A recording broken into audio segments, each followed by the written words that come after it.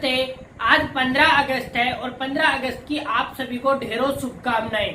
आज हमारे देश को 75 इयर्स कंप्लीट हो चुके हैं, लेकिन आज भी हमारे देश में एक चर्चा का विषय रहता है, वन नेशन वन इलेक्शन। तो आज हम इस पे बात करेंगे और भारत सरकार अमृत महोत्सव मना रही है और इसी 15 अगस्त के दिन आज हर घर पे तिरंगा भी लहराया जा रहा है। तो सबसे पहले उन शहीदों को नमन जिसके कारण आज मैं और आप यहाँ खड़े हैं, इस देश के अंदर खुली हवा में सांस ले पा रहे हैं। तो अभी शुरू करते हैं हम आज का विशेष topic, one nation one election.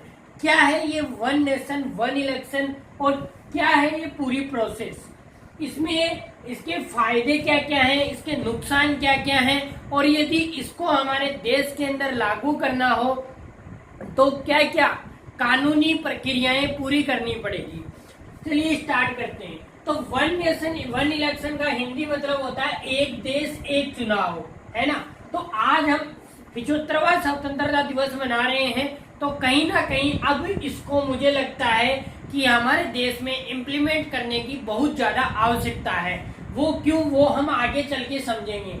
सबसे पहले तो देखो, हमारे देश के अंदर 3 प्रकार के चुनाव होते हैं, सेंटर के चुनाव, केंद्र के चुनाव, राज्य के चुनाव और लोकल बॉडीज के चुनाव। ठीक है, तो सेंटर के चुनाव के अंदर राष्ट्रपति का चुनाव, उपराष्ट्रपति का चुनाव, लोकसभा का चुनाव, राज्यसभा का चुनाव। ठीक है, अब देखो हमें इन दो से ज्यादा मतलब नहीं है, क्योंकि ये कब होते हैं, आधे भारतीयों को जो थोड़ी रुचि नहीं रखते न्यूज वगैरह में, उनको तो पता भी नहीं होता कि आखिर राष्ट्रपति उपराष्ट्रपति के चुनाव कैसे होते हैं। तो हाल ही में अभी राष्ट्रपति और उपराष्ट्रपति के चुनाव संपन्न हुए हैं। हमारी भारत की जो अभी राष्ट्रपति है वो श्रीमती द्रौपदी मुर्मू जी हैं और अभी नए जो उपराष्ट्रपति हुए हैं वो जगदीप धनखड़ जी। ठीक है, तो अभी हमारा जो मेन मुद्दा है वो देखते हैं कि सेंटर के चुनाव में जैसे लोकसभा की 545 सीटें हैं और राज्यसभा की 245 सीटें हैं, लेकिन 12 जो सीटें हैं वो राष्ट्रपति द्वारा मनोनीत की जाती हैं, तो 233 सीटों पर चुनाव होता है। हमें राज्यसभा से भी कोई मतलब नहीं है, क्योंकि राज्यसभा का चुनाव आम जनता नहीं करती। देखो यहाँ पे दो प्रकार का चुनाव होता है, वो एक होता है प्रत्यक्ष, एक होता है अप्रत्यक्ष चुनाव। देखो प्रत्यक्ष चुनाव उसे कहते हैं जिसमें जनता वोट करे, डायरेक्ट जनता वोट करे, उसे कहते हैं प्रत्यक्ष चुनाव। और उसमें डायरेक्ट जनता वोट ना करे उसे कहते हैं अप्रत्यक्ष चुनाव। जो हमारे चुने हुए प्रतिनिधि हैं जैसे एमएलए, एमपी, ठीक है, ये चुनाव करते हैं, उसे कहते हैं अप्रत्यक्ष चुनाव। जैसे राज्यसभा के अंदर जो हमारे एमएलए हैं वो चुनाव करते हैं, राष्ट्रपति के चुनाव में एमएलए एमपी चुनाव करते हैं, उपराष्ट्रपति में तो एमपी चुनाव करते हैं। ठीक है, इसमें एमएलए नहीं करते। तो जनता को चुनाव करना होता है इन 545 सीटों पर। अब राज्य की ओर लौटते हैं। राज्य की ओर लौटने पर ये जो विधान परिषद है इसका चुनाव भी अप्रत्यक्ष रूप से होता है। ये सेम जैसे राज्यसभा होती है उसी की तरह की राज्य के अंदर एक सभा बनाई गई है, लेकिन ये सभी राज्यों के पास नहीं है। ठीक है, जैसे कि यूपी के पास है, जैसे कि राजस्थान के पास नहीं है, ये यूपी के पास है। ठीक है, ऐसे कुछ एक राज्य हैं जिनके पास है। विधानसभा का जो चुनाव है वो प्रत्यक्ष रूप से जनता के द्वारा किया जाता है। तो राज्यों के अंदर ये वाला चुनाव हो गया। अब यहाँ पे विधानसभा जैसे राजस्थान में 200 सीटें हैं, यूपी में 403 सीटें हैं, दिल्ली में 70 सीटें, तो ये अलग अलग राज्यों के लिए अलग अलग हो सकती हैं। अब अगला एक चुनाव और आता है लोकल बॉडी चुनाव। उसके अंदर कि कई राज्यों ने 3 प्रकार की व्यवस्थाएं अपना रखी है, कई राज्यों ने 2 प्रकार की व्यवस्थाएं अपना रखी है। जो पंचायत की शुरुआत थी वो राजस्थान से हुई थी। राजस्थान के नागौर जिले में नागौर जिले में सबसे पहले से लागू किया गया था। ठीक, इसे 73वें संविधान संशोधन के द्वारा लागू किया गया था पंचायतों को, और इसे 74वें संविधान संशोधन द्वारा लागू किया गया था नगर पालिकाओं को। ठीक है, राजस्थान के नागौर जिले से सबसे पहले इनका जो चुनाव है, इन दोनों का चुनाव। और कहीं कहीं एक चीज और होती है नगर परिषद। ठीक है, वो कई राज्यों में कईयों में नहीं है।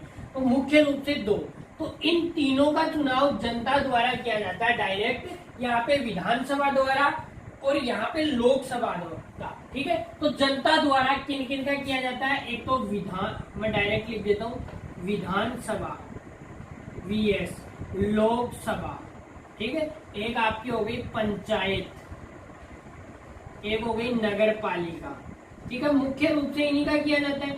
अब एक देश एक चुनाव की परिभाषा का मतलब है कि विधानसभा, लोकसभा, पंचायत, नगर पालिका या नगर परिषद है तो नगर परिषद, इन सभी का एक साथ चुनाव करवाया जाए, उसे कहते हैं वन नेशन वन इलेक्शन। अब एक साथ का मतलब ये नहीं है कि जैसे आज 15 अगस्त है तो 15 अगस्त को सुबह चुनाव स्टार्ट हुआ और शाम को खत्म हो गया पूरे देश में एक साथ, ऐसा नहीं है। वो कई कई चरणों में हो सकता है। लेकिन जैसे एक व्यक्ति घर से निकले और वो पोलिंग बूथ पर जाए, जहाँ पे वोट डालते हैं उसे पोलिंग बूथ कहते हैं, तो वो पोलिंग बूथ पे जाए, वहां पे एक कमरे में जाके विधानसभा के लिए वोट कर दे, अपने MLA के लिए, एक कमरे में जाके लोकसभा के लिए वोट कर दे यानी कि MP के लिए, एक कमरे में जाके अपने पंचायत में भी 2 होते हैं, एक होता है सरपंच, ठीक है, एक होता है पंच, तो एक कमरे में जाके अपने सरपंच और पंच के लिए वोट कर दे। फिर यदि देखो नगर पालिका, और जहाँ पे पंचायत है वहां पे नगर पालिका नहीं है, और जहाँ पे पंचायत है, ठीक है, जहाँ पे पंचायत है वहां पे, जहाँ पे पंचायत नहीं है वहां पे नगर पालिका है, ठीक है। तो जहाँ पे नगर पालिका है वो अपने नगर पालिका के वार्ड मेंबर को वोट करते। तो इस तरह एक व्यक्ति पूरे देश में, आपको पता है जैसा कि 5 साल में चुनाव होता है देश के अंदर, तो 5 साल में एक बार एक व्यक्ति निकले अपने घर से, वो लोकसभा के लिए भी वोट करे, MP को भी, MLA को भी, और पंचायत के सदस्य जैसे सरपंच और पंच को भी वोट करे और घर आ जाए, फिर दोबारा 5 साल के बाद ही वोट करने जाए। तो इसे कहते हैं वन नेशन वन इलेक्शन। अब समझते हैं कि इसके अंदर कमी क्या है और इसको फायदे क्या क्या। अब हम समझते हैं कि एक साथ चुनाव करने से क्या क्या हमें फायदा हो सकता है, ठीक है। एक साथ चुनाव करने से क्या क्या होगा, सबसे पहले तो प्रशासन हमेशा चुनाव के, या जो पार्टियां हैं, सरकारें हैं, या जो भी हमारी जो भी अफसर हैं या कोई भी है, जैसे टीचरों को लगाया जाता है, अफसरों को लगाया जाता है, हर की ड्यूटी लगाई जाती है चुनाव में, तो हमेशा पूरा देश चुनाव के मोड में नहीं रहेगा, ठीक है। दूसरा कि क्या होता है, आप सभी को पता है कि जब भी चुनाव होता है तो चुनाव से लगभग 2 से ढाई महीने पहले चुनाव आयोग एक प्रेस रिलीज निकालता है जिसे आचार संहिता कहते हैं। उसमें कानून, जो भी चुनाव है उनसे जुड़े हुए रूल और रेगुलेशंस होते हैं। तो आचार संहिता लगने के बाद क्या होता है कि जिस राज्य या देश में या किसी पंचायत में यदि आचार संहिता लग गई है तो ऐसा कोई कानून नहीं बना सकते, कोई भी नया कानून नहीं बन पाता, ठीक है। और इसमें क्या होता है कि जब भी कोई नया कानून बनता है तो नया कानून बनने के दौरान उसमें कम समय मिलता है, जैसे कि अभी 6 महीने, अभी आप देखो यूपी इनके चुनाव गए हैं, फिर गुजरात के आ जाएंगे, फिर उसके बाद थोड़े दिनों बाद आपके राजस्थान, MP वगैरह इनके चुनाव आ जाएंगे, उतने दिनों बाद सेंटर के आ जाएंगे, फिर दोबारा, मतलब हर बार देश चुनावी मोड में रहता है। और इसके अंदर ज्यादा से ज्यादा हमें हर बार, हर 6 महीने, 1 साल में रजिस्टर कर दिया जाता है। जैसे टीचर्स है, जैसे आचार संहिता लगती है तो क्या होता है, सरकार के जितने भी कर्मचारी हैं, चाहे जिला कलेक्टर हो, चाहे तहसीलदार हो, चाहे गवर्नमेंट स्कूल टीचर्स हो, सारे चुनाव आयोग के अंतर्गत हो जाते हैं वो आचार संहिता लगते ही। तो वो जो चुनाव आयोग जो उनको काम देता है वो करना पड़ता है। तो इससे कई प्रकार की सरकार के जो विकास कार्य हैं उनमें भी बाधा उत्पन्न होती है। और इससे क्या होता है, एक बार चुनाव करवाने से वित्तीय नुकसान भी ज्यादा होता है। वित्तीय नुकसान कैसे, जैसे एक बार जैसे राजस्थान का चुनाव हुआ तो राजस्थान स्टेट इलेक्शन कमीशन जो है, राज्य निर्वाचन आयोग, उसको एक बार पूरी EVM वगैरह पूरा इंफ्रास्ट्रक्चरल डेवलप करना पड़ेगा। EVM उस स्कूल में, उस पोलिंग बूथ पे वहाँ रखनी पड़ेगी, फिर वहां से इकट्ठी करके एक मैन अपने सेंटर में लेके आनी, वो पूरी अलग प्रोसेस है, वो किसी अलग वीडियो में समझेंगे। ऐसे ही फिर सेंटर का होगा या पंचायतों का होगा तो हर बार अलग अलग, जैसे अभी एक साथ वोटिंग करवाएंगे तो यहीं पे हम MP की एक मशीन रख देंगे, एक MLA की रख देंगे, एक सरपंच की रख देंगे, यहीं पे एक पंच की रख देंगे, और सबकी एक साथ टेक ओवर कर ली जाएगी। अब इसमें क्या है, एक बार जैसे विधानसभा के चुनाव होंगे तो उस टाइम पूरा ईवीएम वगैरह रखो, फिर एमपी के लिए रखो, फिर सरपंच पंच के होंगे। अब सरपंच पंच के भी पूरे राज्य में एक साथ नहीं होते, वो भी कभी इस जिले में, कभी उस जिले में, कभी उस जिले में, तो इस प्रकार होते हैं। तो इन दोनों का पैसा बचेगा। अब जैसे सेंटर के चुनाव में जो पैसा लगा है उसी में थोड़ा सा और बढ़ा के 10, क्योंकि ट्रक का किराया वही लगेगा, ईवीएम ले जाने के लिए थोड़ा एक्स्ट्रा ले जाएंगे उसमें। और क्या होगा, एक अधिकतम 3 ईवीएम और लगानी पड़ेंगी एक पोलिंग बूथ पर, तो 4 ईवीएम से काम हो जाएगा।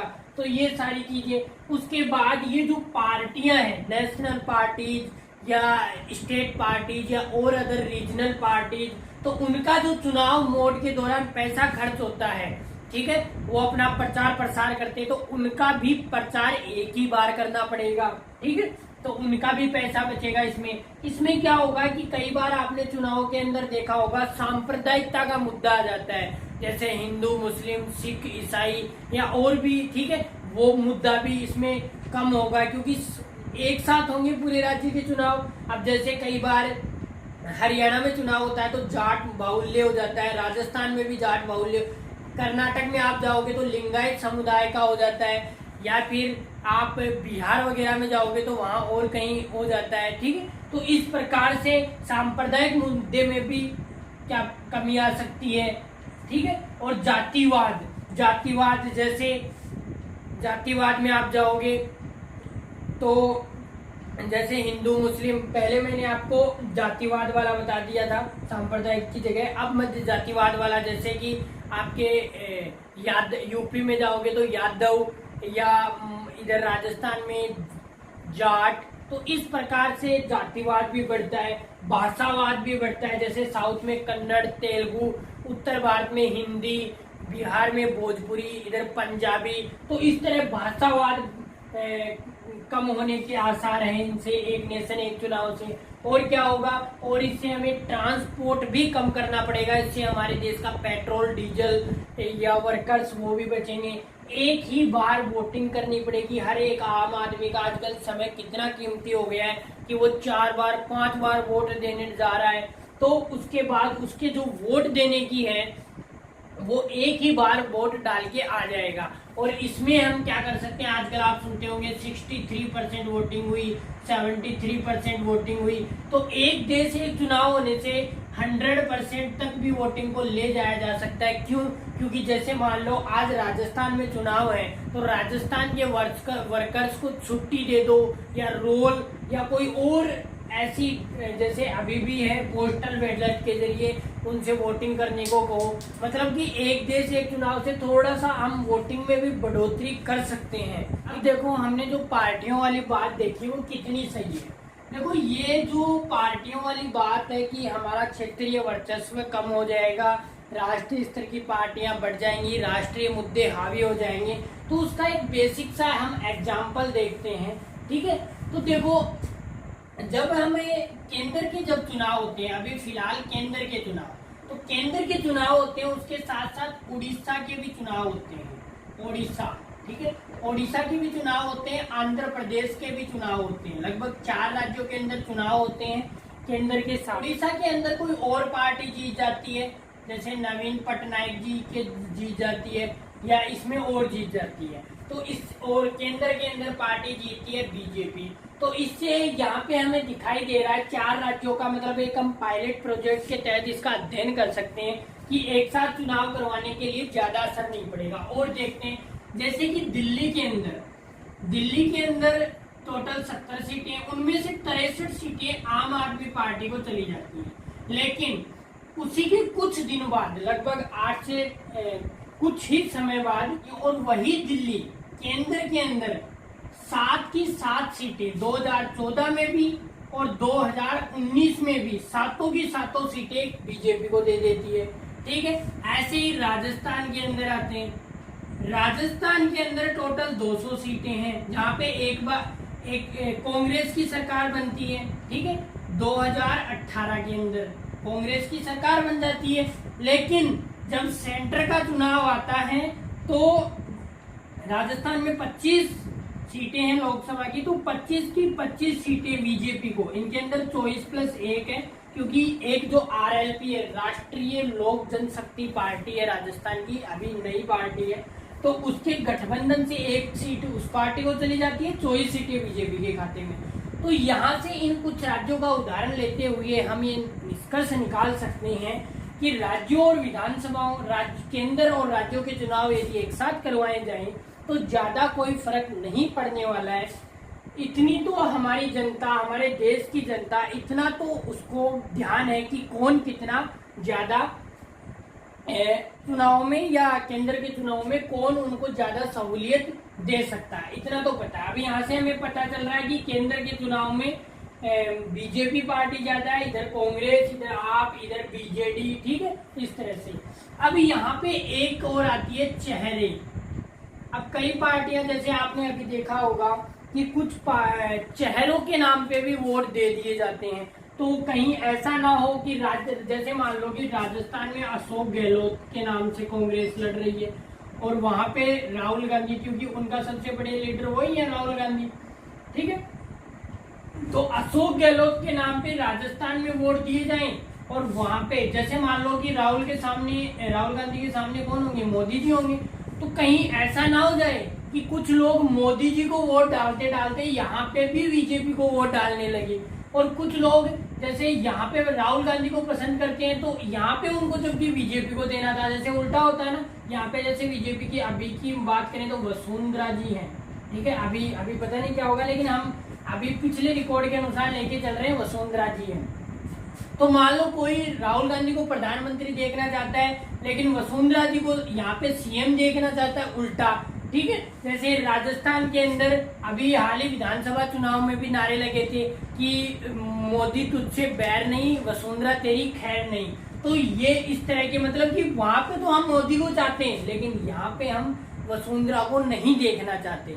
तो ये सारी, इससे कहीं ना कहीं ये पता चलता है कि हमारे जो देश की जनता है उसका माइंड अभी डेवलप हो चुका है।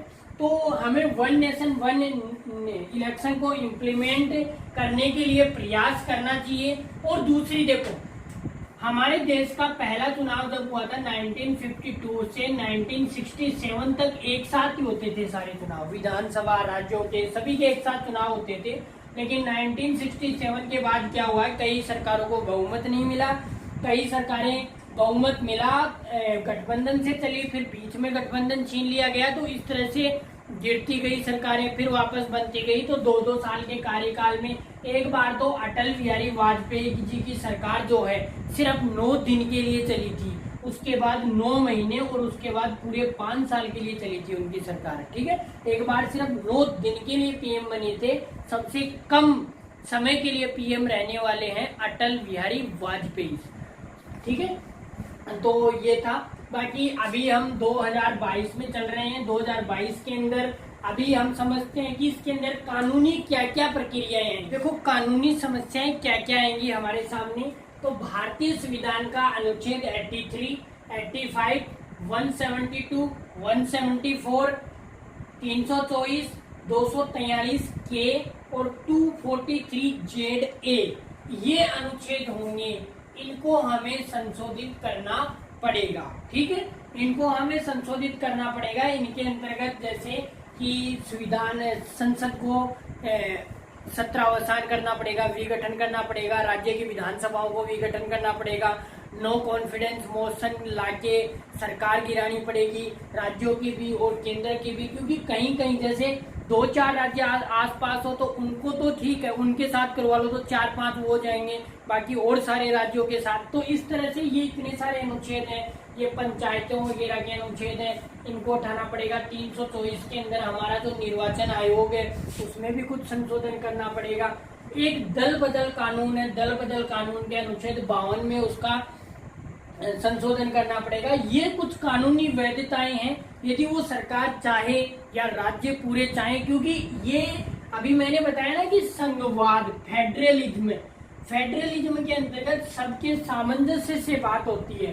तो हमारे देश के अंदर टोटल 30 विधानसभाएं, 28 तो राज्यों में, प्लस एक आपके दिल्ली में और एक पौंडीचेरी में। अभी सरकार के द्वारा ये भी कहा जा रहा है कि हम जम्मू कश्मीर में दिल्ली की तरह विधानसभा रखेंगे, यानी कि वहाँ की पुलिस प्रशासन हमारे पास होगी, बाकी सारे लोकल मुद्दे वहाँ की राज्य सरकार के पास होंगे। ठीक है, तो जब होगा वो, अभी तो वहाँ पे परिसीमन वगैरह चल रहा है, लेकिन होगा वहाँ पे, लेकिन वो दिल्ली की तरह सरकार होगी, वहाँ पे पावर नहीं होगी। दिल्ली में ज्यादा पावर नहीं होती सरकार को, पुलिस के अंदर गृह मंत्रालय के अंतर्गत आती है, ऐसे ही वहाँ की भी सरकार गृह मंत्रालय के अंतर्गत आएगी। तो संघवाद कहीं खतरे में न पड़ जाए, तो सारे 30 के 30 राज्य और हमारे कितने 30 विधानसभाएं, राज्य तो 28 है, 28 राज्य प्लस 8 यूनियन टेरिटरी, तो इनके अंदर सरकार चलती है 30 के अंदर। बाकी तो वहाँ पे सरकारें तो है नहीं, ऐसे रिप्रेजेंटेटिव अपॉइंट किए जाते हैं। तो 30 विधानसभाओं को एक साथ बिठाकर उनके एमएलए एमपी वगैरह से, जिससे भी कानूनी सारी बातचीत करके फिर इतने सारे संशोधन करने पड़ेंगे, तब जाके ये पॉसिबल होगा। अब देखो, एक देश एक चुनाव के अंदर क्या लोकसभा, विधानसभा या लोकल बॉडी सबके एक साथ करवाए जाए, तो इसके तहत हम 3 फॉर्मूले बना सकते हैं कि एक तो राज्य लोकसभा और राज्य विधानसभा के, राज्यसभा का नाम आ रहा है, लोकसभा और विधानसभा के साथ साथ करवा लें, एक फॉर्मूला। दूसरा, विधानसभा और लोकल जो बॉडीज है जैसे नगर पालिका या पंचायतें, उनका साथ में करवा लें, 2 फॉर्मूले। एक तीसरा, सभी का साथ में करवा लें, लोकसभा, विधानसभा और लोकल बॉडी सभी का साथ में करवा लें। तो ये 3 तरह के फॉर्मूले, मुझे जहां तक लगता है एक बार हमें शुरुआत करनी चाहिए लोकसभा और विधानसभा के साथ। क्यों? क्योंकि देखो, लोकल बॉडी जो है उनके मुद्दे भी कुछ अलग अलग प्रकार के होते हैं, गांव में, शहरों में, छोटी छोटी गलियों के मुद्दे होते हैं। तो इनके जो मुद्दे हैं वो ज्यादा हावी भी नहीं होंगे इन पे, इनका अलग अलग से पूरे, लेकिन इनका फिर अलग से हर एक स्टेट में एक साथ करवा लिए जाए। जैसे राजस्थान में क्या होता है कि यहाँ पे आज इस स्टेट में, फिर 2-4 महीने उसमें होंगे, उस 2-4 महीने के बाद उन नगर पालिकाओं के होंगे। तो इस तरह से नहीं, फिर इनके भी एक साथ करवा लो, इन दोनों के एक साथ करवा लो। तो ये सारी सरकार के इसकी कई बार बातें भी होती रही हैं, और आज हमारा देश आजादी का अमृत महोत्सव मनाया जा रहा है, तो हमें कहीं ना कहीं अब इस तरह के मुद्दे पर भी, 1 नेशन 1 इलेक्शन जैसे मुद्दे पर भी हमें बात करने की, सरकार के द्वारा चर्चा करने की आवश्यकता है। और कहीं ना कहीं सरकार को ही ज्यादा इसमें कुछ करने की आवश्यकता ना होकर, हम एक जनता नागरिक हैं, तो हमें भी कहीं ना कहीं अब सरकार से ये बोलना चाहिए कि आप हर बार आचार संहिता लग जाती है, हमारे विकास कार्य बाधित होते हैं, तो अब आप इस चीज को इम्प्लीमेंट करना स्टार्ट कर दो, 1 नेशन 1 इलेक्शन को।